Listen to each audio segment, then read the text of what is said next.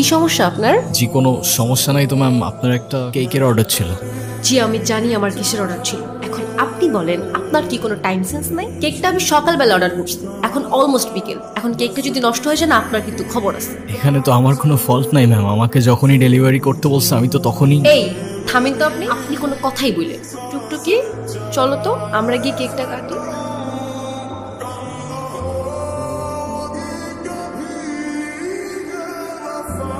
আচ্ছা সরি, আমি আসলে বুঝতে পারিনি আমার কথায় আপনি এভাবে মন খারাপ করবেন। আরে না না, আমি আপনার উপর কেন রাগ করতে যাব? ডোন্ট ওয়ারি, আমি কিছুই মনে করিনি, আপনি নির্দ্বিধায় থাকতে পারেন। তাহলে আপনি এভাবে দাঁড়িয়ে আছেন যে? আমি তো বিলটার জন্য দাঁড়িয়েছিলাম, ক্যাশ অন ডেলিভারি ছিল। সরি আমি একদম ভুলে গেছি।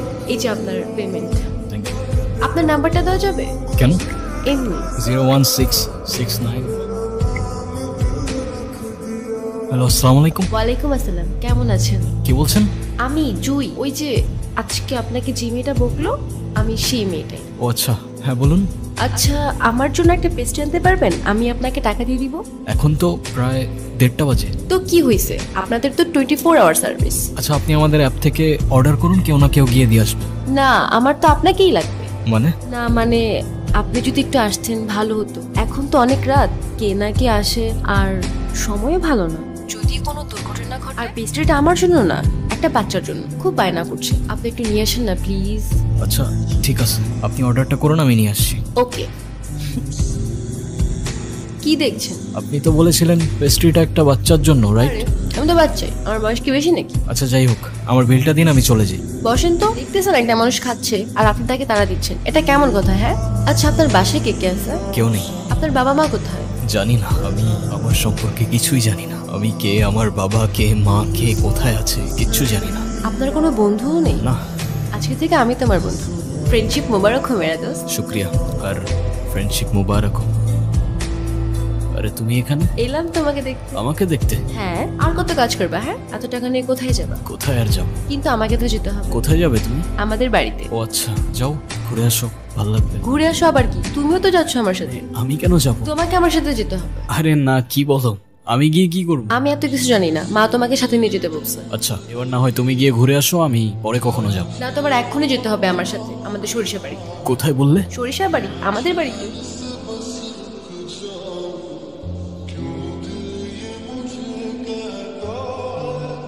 মা, ও কবির, ওর কথাই তো আমাদেরকে বলছিলাম। সেটা তো ঠিক আছে। তা বাবা কেমন আছো তুমি? আসতে কষ্ট হয়নি তো? জি আলহামদুলিল্লাহ ভালো, আর না আসতে একদমই কষ্ট হয়নি। আপনারা সবাই ভালো আছেন তো? ভালো আছি। জোর মা, ওরা অনেক দূর থেকে এসেছে, ওদের জন্য খাবারের ব্যবস্থা করো। হ্যাঁ তো, আমার কত রান্না পড়ে আছে। তুই আমার সাথে চল, ওর রুমটা সুন্দর করে গুছিয়ে দিবি। হ্যাঁ, চলো। আয়। তাহলে তুমি একটু রেস্ট করো, আমার আবার গ্রামে জরুরি একটা সালিশ আছে, আমি ওটা সেরে আসতেছি। হ্যাঁ ঠিক আছে আঙ্কেল। আরিয়ান, কে আরিয়ান? আপনি আরিয়ান না? আপনার মাথায় যদি কোনো সমস্যা না থেকে থাকে, আই গেস আপনার কানে সমস্যা আছে। একটু আগেই তো বলে গেল আমার নাম, আমি কবির। ওইটা তো ওরা জানে, আসল পরিচয় দেন। আপনি কে? আমি অতৃপ্ত আত্মা, ভ্যাম্পায়ার, ভূত। হ্যাঁ,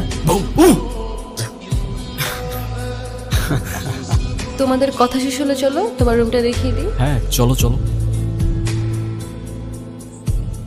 কি দেখছো? সবকিছু কেমন যেন পরিচিত লাগছে, মনে হচ্ছে এখানে এই গ্রামে আমি আগেও এসেছিলাম। তাই নাকি? তো কবে এসেছো শুনি?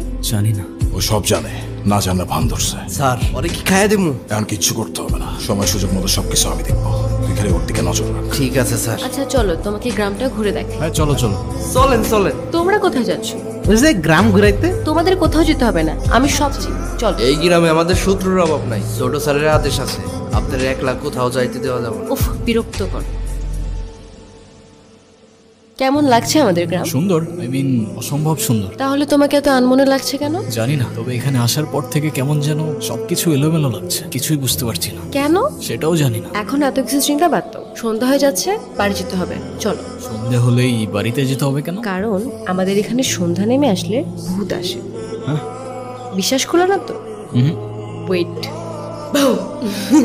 অনেক ভয় পেয়ে গেল। আচ্ছা চলো। তোরে কি বলছিলাম মনে আছে? সেই জন্যই তো গিয়েছিলাম কাকা বাবু, তাদের মধ্যে দেখি মধুর সম্পর্ক। জি স্যার, জুই ম্যাডাম আর কবির স্যারের মধ্যে মনে হয় প্রেম ঘটিত কোনো সম্পর্ক আছে। কবির নাকি আরিয়ান? আরিয়ান কেম নয় কন দেখি, আমরা তো নিজেরা।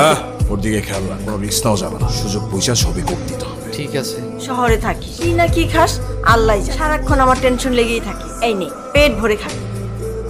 সঞ্জয়, নতুন মেহমান নিয়ে আসছোস, একটু সাবধানে থাকিস। আমাদের তো শত্রুর অভাব নেই, যে কোনো সময় যে কোনো কিছু হয়ে যেতে পারে। তুই যে কি বলিস না ছোট, আমাদের আবার শত্রু কোথায়? হ্যাঁ, গ্রামের সবাই আমাদের কত ভালোবাসে। তাছাড়া কেউ জেনে শুনে আমার কিংবা আমার মেহমানের কোনো ক্ষতি করবে না। বাবা কবির, আমাদের গ্রামটা তুমি কেমন দেখলে? আপনাদের গ্রামটা বেশ সুন্দর, তবে আমার কেন যেন মনে হচ্ছিল এখানে আমি আগেও এসেছি। সবকিছু কেমন যেন আপন আপন মনে হচ্ছে। ঢাকায় তোমার কে কে আছে আর তুমি করো কি? একটা রেস্টুরেন্টে জব করি, একাই থাকি। পরিবার বলতে তেমন কেউ নেই, অনাথ বলতে পারেন।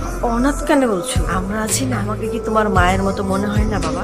তাছাড়া সব মায়ের না সব সন্তানকে আপন মনে হয়, অনাথ মনে হয় না। আজ থেকে তুমি আমার সন্তানের মতো। এই বাড়ির দরজা তোমার জন্য চিরদিনের জন্য খোলা। তোমার যখন প্রয়োজন তখন তুমি আসবে, এবং তোমার যা প্রয়োজন তুমি আমার কাছে চাই। আপনাদের এই ভালোবাসাগুলো আমি কখনো ভুলতে পারবো না। আমার মতো একটা ছেলেকে আপনারা এভাবে আপন করে নেবেন ভাবিনি। আপনারা সবাই খুব ভালো মনের মানুষ। আপনাদের সাথে বসে প্রথমবারের মতো পরিবারের ফিলিংটা বুঝতে পারলাম। কিরে ছোট, তুই খাচ্ছিস না কেন? হ্যাঁ,